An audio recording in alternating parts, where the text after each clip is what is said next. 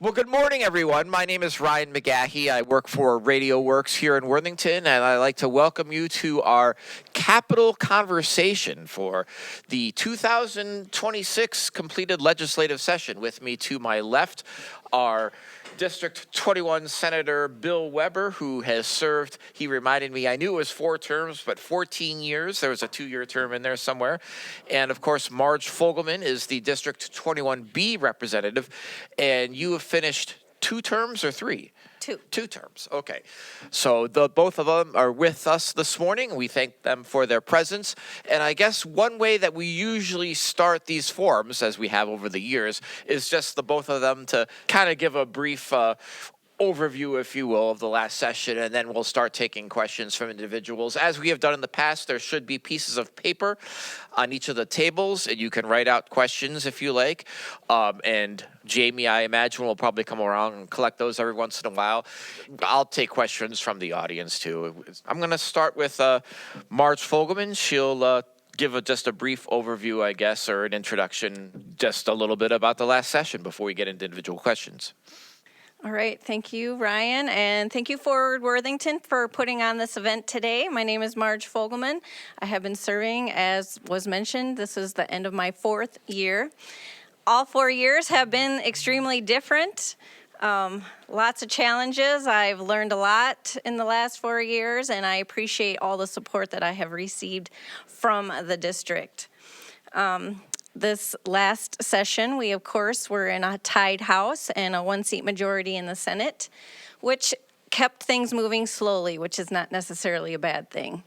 We did pass a few good things this session, which we benefited the taxpayers, that we are saving some money on car tab fees and some property tax relief.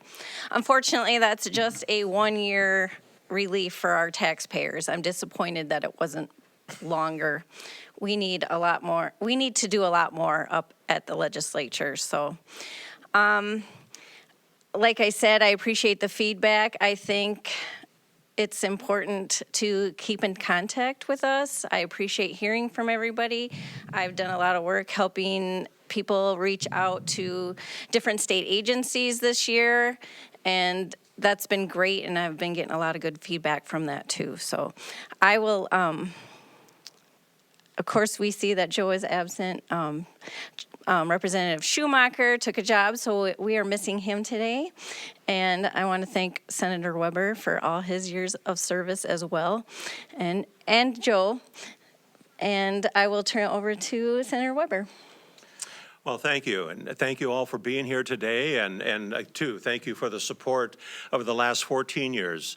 Representative Fogelman mentioned that the last 4 years that she's been there have all went differently.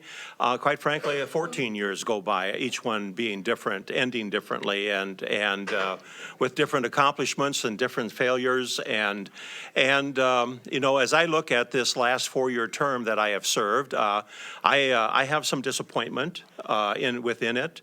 The first 2 years of the term, when the other side had the trifecta, the state of Minnesota effectively financially destroyed our public school system with over 80 mandates that were placed on our schools, requiring our schools to, fund this, that, and the next thing.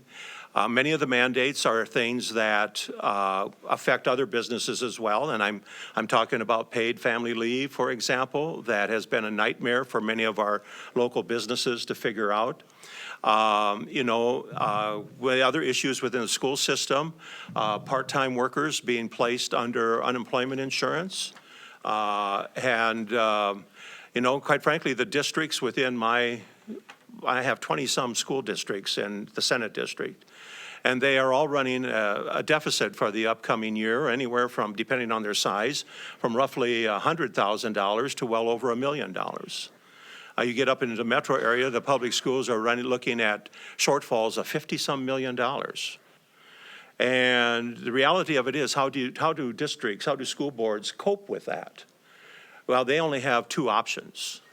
You either raise property taxes substantially, or you cut programs and staffing. And either way, our students are the ones who are going to suffer as a result of the actions, quite frankly, that the state legislature took. I was hoping that maybe some level of common sense would come upon those people who voted for those mandates over 2 years ago, and that we would maybe be able to remove some of them. But unfortunately, that has not happened. When you only have a tie situation in the House, you can stop a lot of things from happening, but you can't correct a lot of the problems. And when you're a one-seat minority in the Senate, your chances are even less. But anyway, those are issues that I am turning over to Representative Fogelman and the successor for Representative Schumacher, and also with us this morning is my party's nominee for my seat, Chris Knoll, who's back in the corner there from St. James, and so I will.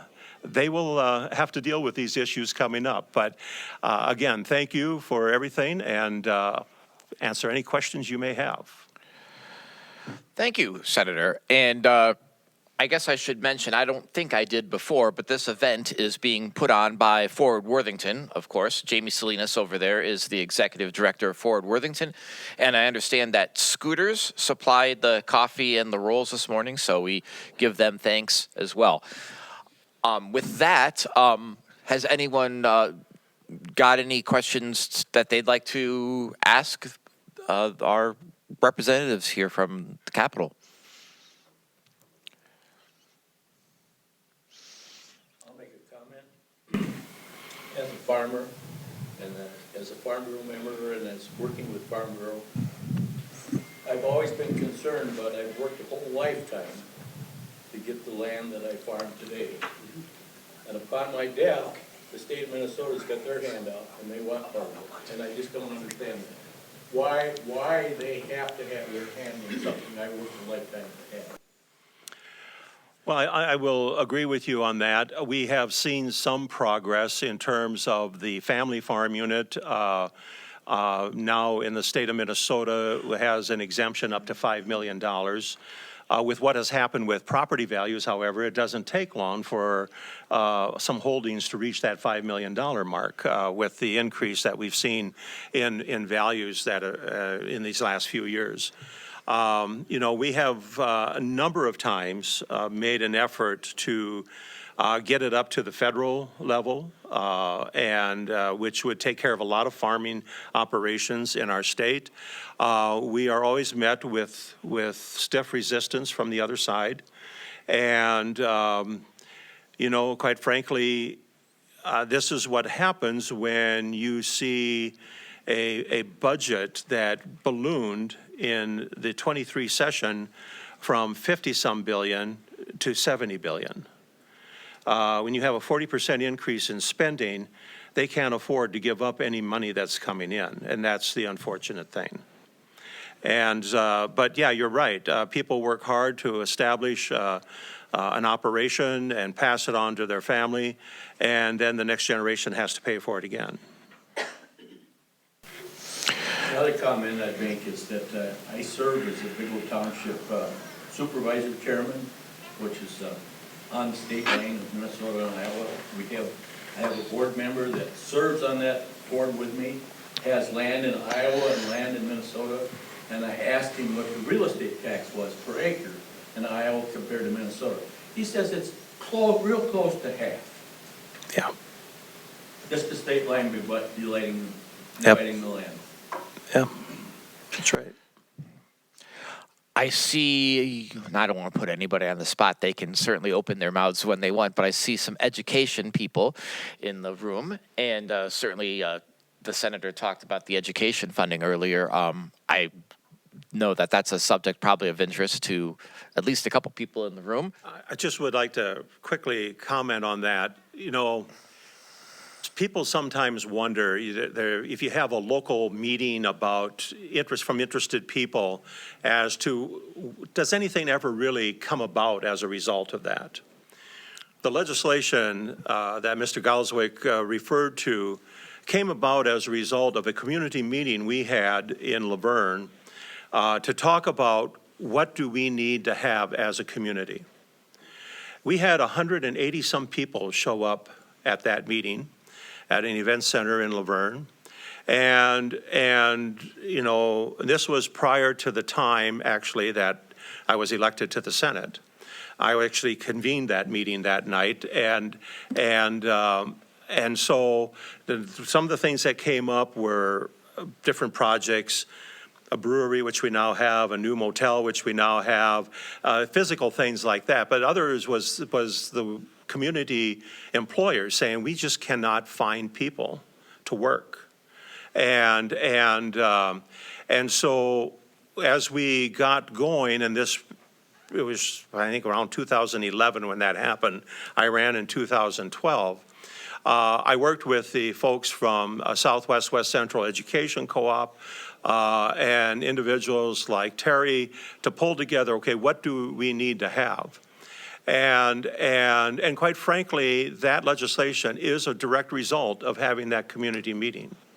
So if your community ever has something, don't just sit home and say, well, nothing's going to happen anyway, because you never know what sparks and pulls the trigger to get something going. I've been very happy with, number one, college system, like Minnesota West, our public schools. They all recognized they had the needs, but they didn't have the enabling legislation to do it. When I introduced that as a freshman senator. We were not in control. We were in the minority in those days. And I pushed it for 2 years while we were in the minority. But the first year I had it, Roger Moe, who was a former DFL majority leader in the Senate, came up to me in the hallway. And he was no longer in office, but he does some lobbying for the college system and what have you. And he said, Senator, are you the one that's authored the career vocational training legislation? I said, yes, Senator, I am. And he said, I wanted to thank you. He said, my greatest regret when I left office was that I allowed the state of Minnesota to walk away from career vocational training, both within our technical colleges and our high schools and what have you. And he said, one of the biggest mistakes I ever made. He said, if there's anything I can do to help, let me know. And I said, well, I have gotten a hearing on the bill. I said, would you be willing to testify on behalf of that bill? He said, I'd be happy to. So here was a freshman Republican senator who brought the former DFL majority leader to the testifiers table who spoke on behalf of my bill. Now it was 3 years after that before we finally got it across the finish line. But, you know, and quite frankly, I'd become a good friend of Roger Moe's, the unfortunate thing is nowadays, if you're a Republican that works with a Democrat, you become a rhino. And if you're a Democrat that works with a Republican, I don't know what they call them on that side. Maybe it's a dino, I'm not sure. But that's the unfortunate thing of the political system right now, where we've lost the ability to be able to work across the lines with each other on those things that it should be important to both sides of the aisle. But enough preaching. Okay. I can start somewhere here too. From my own perspective, I guess, totally different thing than what we've been talking about. But I would say in the last several months, certainly in this calendar year, the thing that's come up as a contentious issue, so to speak, everyone was talking about until a few weeks ago, data centers. There's a data center project, of course, that was proposed for Nobles County. There's data center projects all over the state, all over the country. Everyone's talking about data centers. Is there a way that the state can get involved in this in some way? Or is the state going to say, let's have local municipalities figure this out? I have no idea what rules exist personally from a government standpoint. And I didn't know if you folks in St. Paul are looking at this like, well, we got to do something, or we shouldn't do anything. Let's let people figure it out. Is that a fair question? And tell me no. Okay. It's a fair question. In my opinion, I think it's a local issue. I think that Nobles County spoke loud about how they wanted it to be handled, and they went to their local officials, which is how it should be done. I think that it's all about gathering information and learning as you go, and whether they're good or bad. I guess I have looked into data centers a little bit. I don't know a ton about them, if they're good or bad. I did speak with Forward Worthington. They spoke to me about the issues, and they actually brought in and had an educational seminar about it that people went to, and I think that was a great thing. Education is key. Education is key in anything, and discussing and communicating. And that's what I feel needed to be done. And I don't know that it's a completely moot point, but it appears that it's not going to happen. And unfortunately, it's going to go somewhere. I just don't know where it's going to go. Yeah, I had people contact me, well, the state should put a moratorium on it. And I said, not going to support that. Well, why not? I said, number one, if there is a community that wants a data center and is prepared to handle it, and the data center wants to go, who am I to say that that community shouldn't have it? I went and looked up and found this, and this to be true. And I said, well, what did you use to look that up? Well, I used AI. I said, do you know what it takes to have artificial intelligence? And they looked at me. I said, there has to be a data center somewhere that's processing all that information. I said, you need to, number one, get the facts, and number two, you're going to have to decide what you want. I have reservations about artificial intelligence. I think it's going to be very easy to misuse, to be abused, and what have you. But there's nothing that any representative, state representative or state senator, any federal representative or senator, regardless of their party affiliation, is going to be able to do to stop it. It is here. And so what we have to do is figure out, number one, how to protect those who might be vulnerable, susceptible to the problems that it can create, and number two, how we have to coexist with it.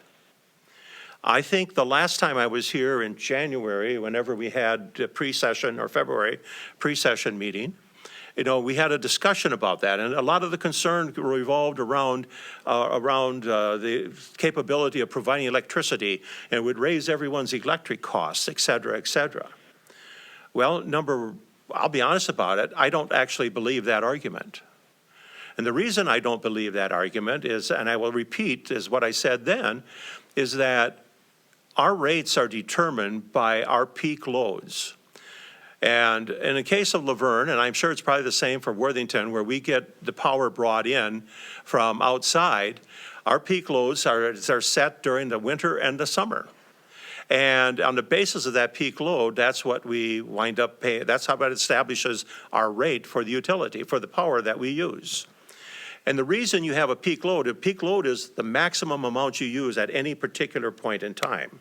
That's why when you have 100 degrees out, you get warnings from the city or your local municipal electric about trying to cut back, because you don't want to establish a new peak, because that's going to increase your rates. And so when you can build a facility and you can have the generation that has a facility that's operating 24/7, that ultimately will help reduce the cost of electricity for everybody else. And so now there are issues surrounding it, with solar farms, panels and that I have some issues with. And that's why I don't believe in the state dictating exactly what happens. Because number one, local units of government do not have control over the siting of our solar farms and that type of thing. The state maintained that, and I think that's wrong. Locals should have a say in what winds up being their neighbor. So, and that's why I will always, I've always not supported the state saying, oh, you can or you can't do that. Very good. Other areas that anyone wishes to discuss, bring up, be glad to entertain them.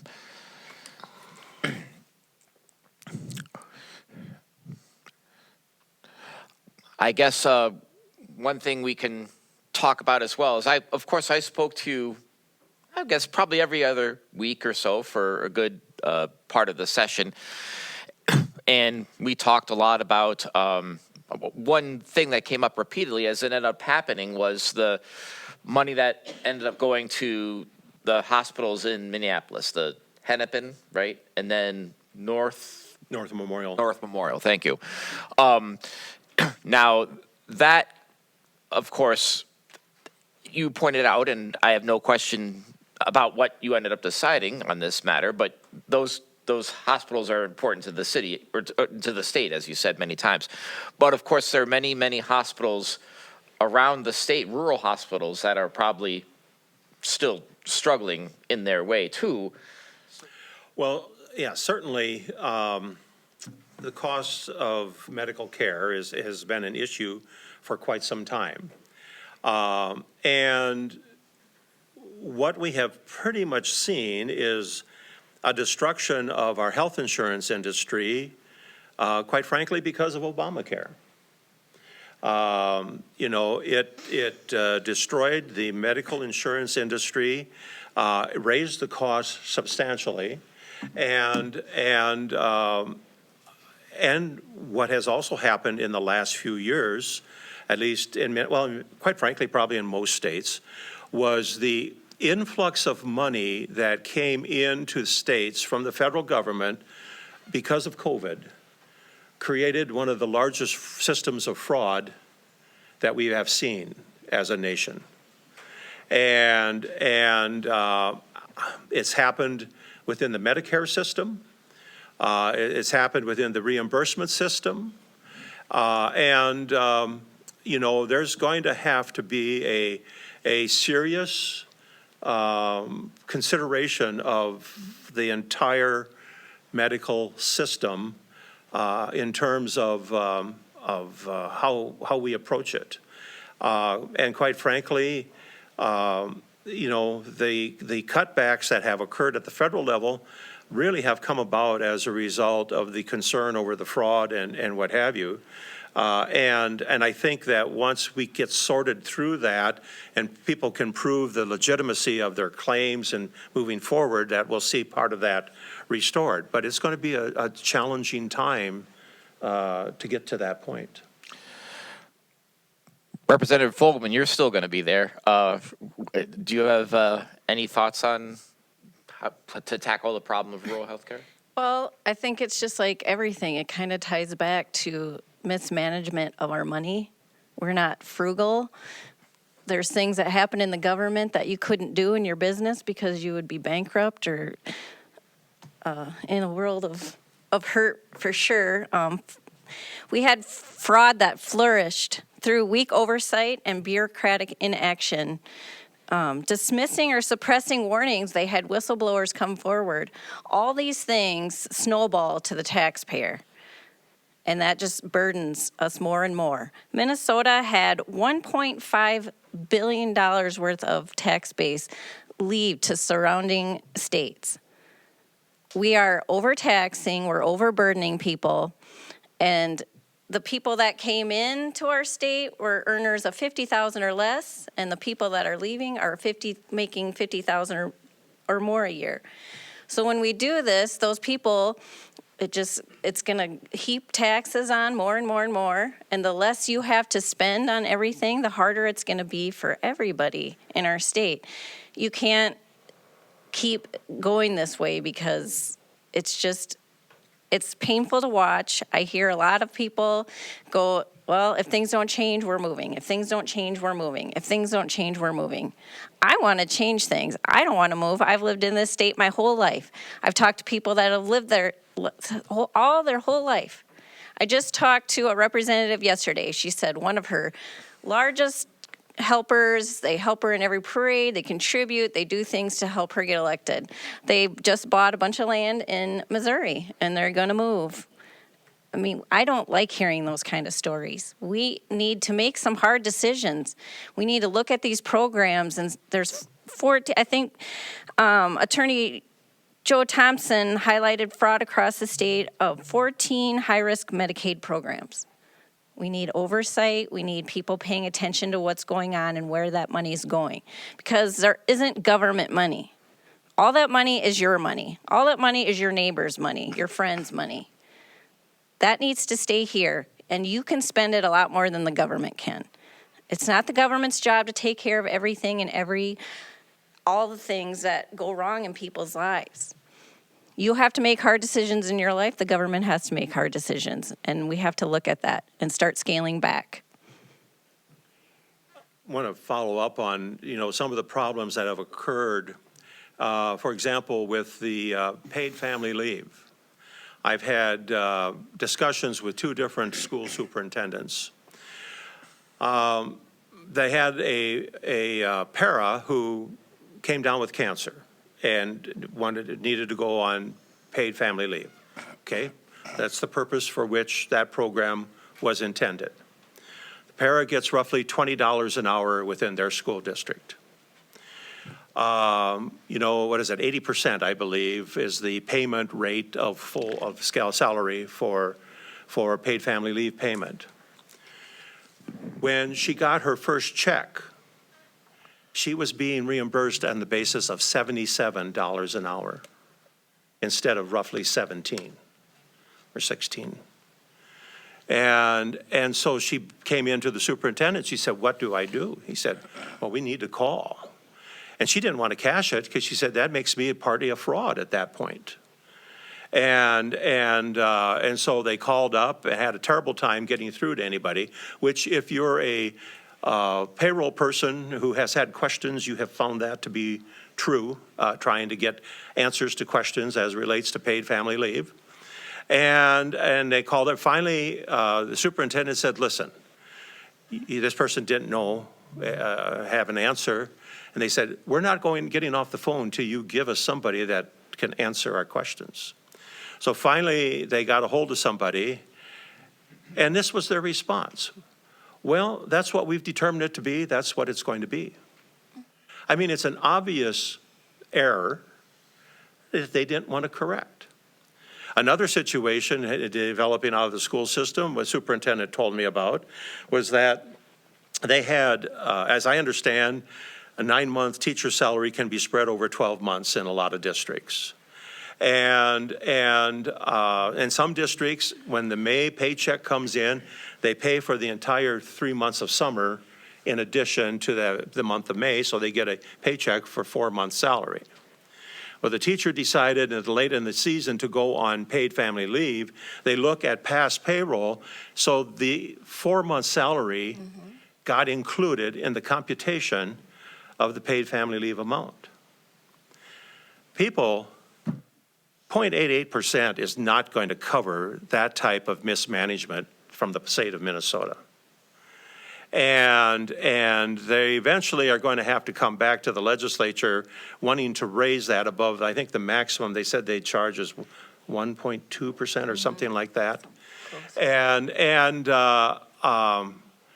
I'm sorry, this is just incompetence. We have a lot of, don't get me wrong, we have a lot of really good state employees. And we have some that should be bounced out on their ear. If they can't deal with those kind of issues and correct those kind of problems, they shouldn't be in the position they're in. And government, some people view government as the answer to all their problems. I'm here to tell you that, quite frankly, government is responsible for 75 to 90% of their problems, particularly in business and in education, and in healthcare and in nursing home care. So anyway. Earlier this morning, I believe it was you, Senator, that mentioned that there were 80, I think is the number you threw out, the number of mandates that have been passed for public schools or school districts in the state of Minnesota. Without having to go through 80 different things, are there a couple that you see getting rid of would make districts' lives a little bit easier? Or do you think that start anew, or? Well, financially for our districts, you need to get rid of paid family leave and you need to get rid of unemployment insurance on part-time workers. In '23, the other side wanted to boast about the fact that they gave the largest percentage increase to our per pupil formula in history. It was a 4% increase. Well, then they had to admit that, quite frankly, the coverage of part-time workers by unemployment insurance was going to eat up over half of that. So, those have been the really expensive items. The other items are, quite frankly, a continuation of what they've already done in the past. The testing costs, the reporting costs, and quite frankly, providing free school lunches for everybody.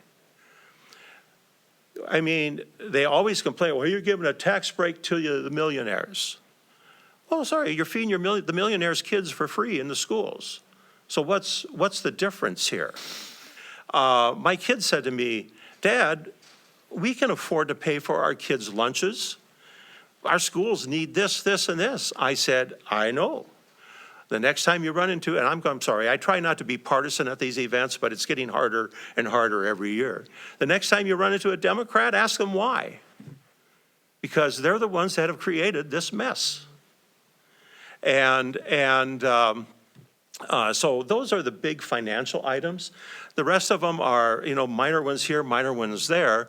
But as I talk to superintendents, they look at having to hire additional staff people in the office just to comply with all the reporting and the requirements and make sure they're not missing something, that the Department of Education will ding them on. But those are financially, those are the big ones that are out there. Marge, is there anything you'd like to add to that? Or? Well, I completely agree. I mean, I can tell you that not just schools, it's police, it's small businesses. They're like, we need to do something with this paid family medical leave. It takes away negotiating from schools. You have to fill in these gaps of people that are off on this, and people are complaining about shortages. We're increasing worker shortages with this because they're going to take that time off. Then you got to find somebody to fill that in. It's just a continuing snowball. And I agree, the free meals, we had a legislator stand up on the House floor and say, I made my kids meals every day for school. And now they're going to get the free ones. And guess what? They weren't counted in that. They went off a previous year totals to pay for those lunches. And that number increased because people that weren't sending their kids to school for lunch were now sending them for free lunches. There was no child that was going hungry. I have talked to every school in the district, and not one of them said kids ever went hungry at school. They were never refused food. Not once, not ever. So they just created a problem where there was none.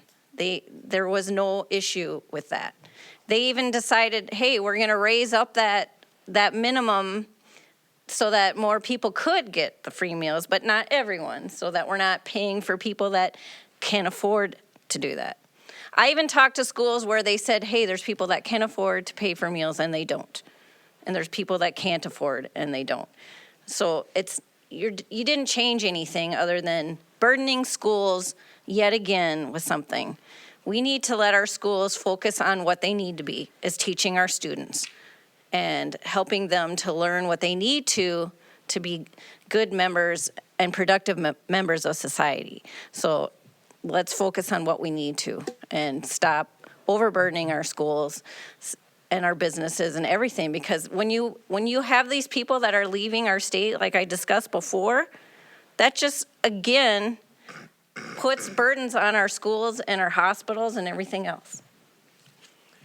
As Marge indicated, and it isn't only the issue of the lunches, but we had an extensive program for free and reduced lunches within our school system prior to this legislation.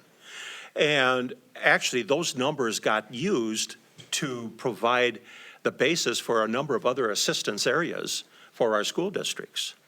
And when you remove that number, they've been sort of floating out there, The schools were holding them harmless, or the state government was holding them harmless for a while. But let's face it, the state of Minnesota went from having an $18 billion surplus that they spent mightily in 23 and 24 to now having a statutory deficit. So, you know, where's the money going to come from when our schools need additional help? There's no money there. And so, yeah. I did get a question from someone in the gallery, as it were. Do you have, either of you, any concerns about the integrity of the voting process at midterms within the state and at the local level? And I guess if you do, then what are they? And go ahead. Go ahead, Marge. Well, I think that there's some voter issues in the whole country. I can't say that I think that there's a lot locally, but I don't think that there's a problem wanting to have our voter rolls looked at. I know there's been some issues. Hennepin County, there were quite a few issues that they found, like over 700 people that were over 100 years old or older. They had people they had 20 people or something living in a parking lot or in a one-room apartment. I'm not saying that's enough to change anything, but there's nothing wrong with looking at our voter rolls, purging people that shouldn't be on there. We don't need dead people voting. I'm not saying there are. I'm saying there's nothing wrong with checks and balances. And if you look at the fraud that's going on in our state, with the money going out with no oversight, I don't think there's anything wrong. And I have a real issue with this voting season. We used to have voting day. We've had voting day my entire life, except now since COVID. And I think we should go back to that. It's one of the most important things that we do as citizens. You all are here because you want to know what's going on in our government, and that's great. I applaud everyone for taking the time out of their day to come here and learn about what's going on in our state. So to do that for voting, I'm all for, let's make it a voting holiday if there's going to be issues. We can have one day of voting and paper ballots, just like it used to be. I don't understand why all of a sudden, because of COVID, we have to have this voting, like I said, voting season. I would very much like to have that go back to the way it was. I think I have never been worried about the integrity of the voting here on a local basis. You know, we talk about it within the caucus. I said, you know, quite frankly, most of my rural Democrats are moral, upstanding people. They're not out to steal an election. Metro area, I'm not so sure. You know, when the Wellstone-Coleman race for U.S. Senate a number of years ago, there were many ballots that were had their address was under a bridge, and I think what I'm more concerned about was during COVID, with entities just mailing out the ballots to everybody like they do in California. That system is rife for abuse. And I remember in 20, I had people calling me, Bill, I got 3 ballots in the mail. Well, the county only sent out 1, so where did those other ballots come from? Quite frankly, with today's reproduction capabilities, it doesn't take a lot for those who want to reproduce a ballot and send them out to manufacture it. And you know, now, I said, find out from the courthouse which one was, you know, you should know which one came from the courthouse, and vote that one and deliver that and destroy the other 2.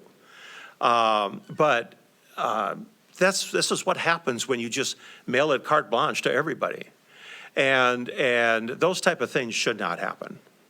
And so in that respect, on a national basis, there does need to be a tightening up of our rules. And yes, I have always supported voter ID. You have to have ID to do a number of things. You have to have ID to get assistance, to get your EB card. You have to have ID for everything. And it is not going to be a hardship to produce that to people who are legal voters in the state of Minnesota or the country as a whole.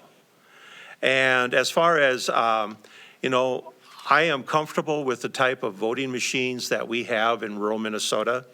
Anytime there's needed to be a recount, the numbers track out perfectly fine. And quite frankly, we should always be recognize the importance of voting. Look at the city of Sioux Falls, a community of, 200,000 plus people, had a mayor's race decided by 2 votes. I think that recount happens tomorrow. You know, and so anyway, I do believe we need, on a national basis and a state basis, we need some tightening up. I think, quite frankly, just because of Minneapolis and St. Paul. I can anticipate how you'll respond to my next question / comment, but I want to ask it anyways, because I imagine if it's not on the minds of people right now, it's been on the minds of people throughout the course of this year.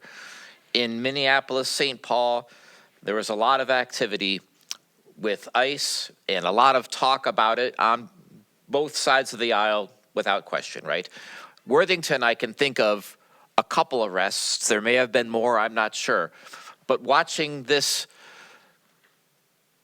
talk around immigration and probably participating in it yourselves in one way or the other, what is there something that needs to change with immigration enforcement? Is it okay the way it is? Do we need more of it? Do we need less?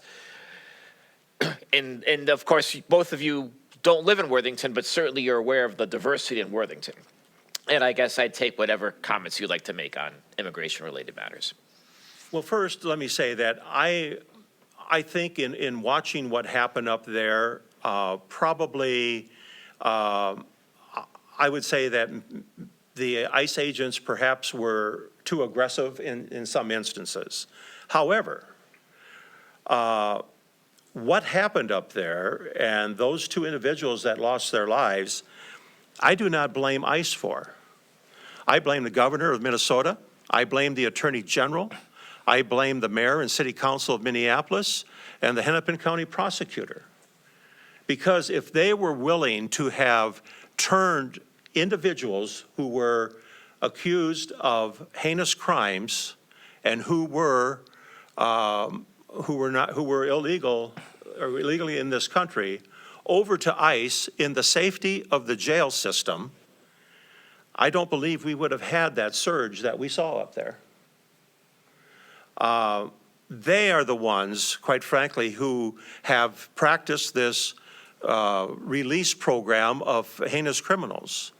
Look at the pardon that was given by the governor and the pardon board of this individual who had raped this minor girl numerous times. And he got turned back into society.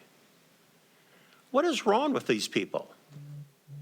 You know, quite frankly, so yeah, I would have liked to have seen them act somewhat less aggressively, but when you're faced with a hostile crowd because you've been forced out into the public to make these arrests rather than to do them in the safety of the jail, this is what you're going to wind up with. So, you know, that the fact, and it points to the fact that the 4 years of the Biden administration created an issue that is horrible for this country. You know, do I believe that our immigration system needs to be overhauled? Yes, it does.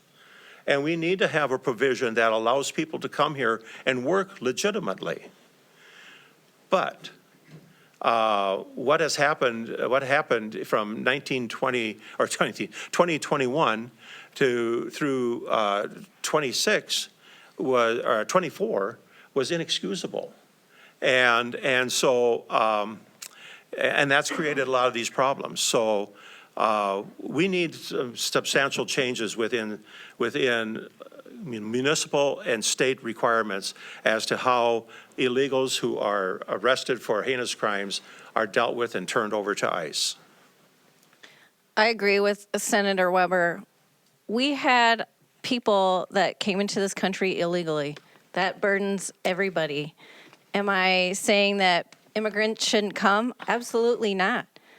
I think my children benefited a lot from going to school in Worthington in a diverse atmosphere versus anything that I grew up in, and I love that. My daughter-in-law's parents immigrated over here from Laos. So there are good things about that. If you want to protest, there's nothing wrong with protesting. That's our right. Your right is not to get into law enforcement faces while they're doing their job, blowing whistles, throwing things at them. That's not protesting. And I think what those two people that were killed is completely unfortunate, and it would have been completely unavoidable had they just listened to what law enforcement said. To say that the ICE agents aren't law enforcement is ridiculous. They wanted to keep our community safe. If, as Senator Weber said, if they would have been allowed to do and go into the jails and do what they needed to do to get these people out, then that should have been done and could have, again, stopped a lot of problems that didn't need to occur. So we need to support our laws. We need to enforce our laws. We need to have people come in here the right way.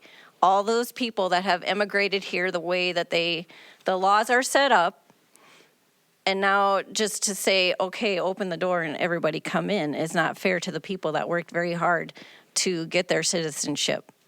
And again, I agree with Senator Weber.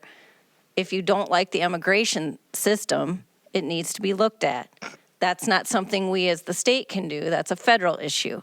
So that is something to absolutely contact your federal government about and say, hey, let's look at something different. Let's make things better for people to come over here. It just can't be a free-for-all, because now all those people that are here illegally are again burdening the system.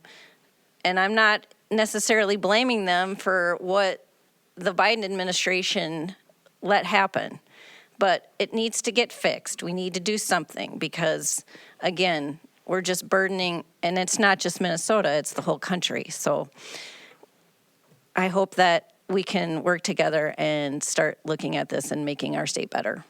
And just for the benefit of the video portion of this, what are the tools that the state has in the toolbox to promote, help economic development in greater Minnesota? Yep. Well, there is a continuation of different loan programs and or grant programs for certain things, and I can't really give you a complete listing of those, obviously. We have, over the course of years, housing is an issue that has always been dealt with from an economic development standpoint, the lack thereof. Now, the unfortunate thing is with housing grants is that this prevailing wage requirement damages housing development in rural Minnesota because it artificially raises the cost. And that is, I've tried for years to say, okay, because here's what happens. Many of our contractors are small operations. And the owner of the business does the accounting, does the bidding, does everything, plus is on the site during the day.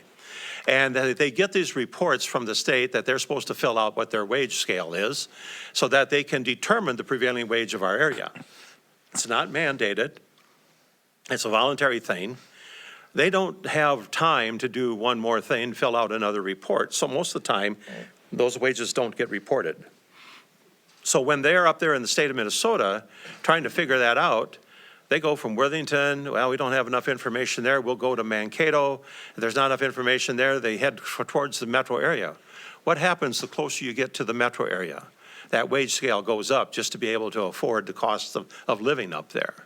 And so as a result, when grants and that type of thing are made here, prevailing wage takes effect and it creates we are able to do less with it. And in some cases, even the city of Worthington has had projects that they couldn't pursue because no one could make the finances work. Because we couldn't get enough rent for a multifamily housing to pay for the cost that it was going to take to build it. I don't know that in the last couple of years there's really been anything new other than a continuation of and funding of the existing programs that have been in place. And those still exist. There's still communities get to apply for those monies and what have you. But as far as some brand new program, I can't come up with anything, to be honest about it. There are some SBA offices that are regional.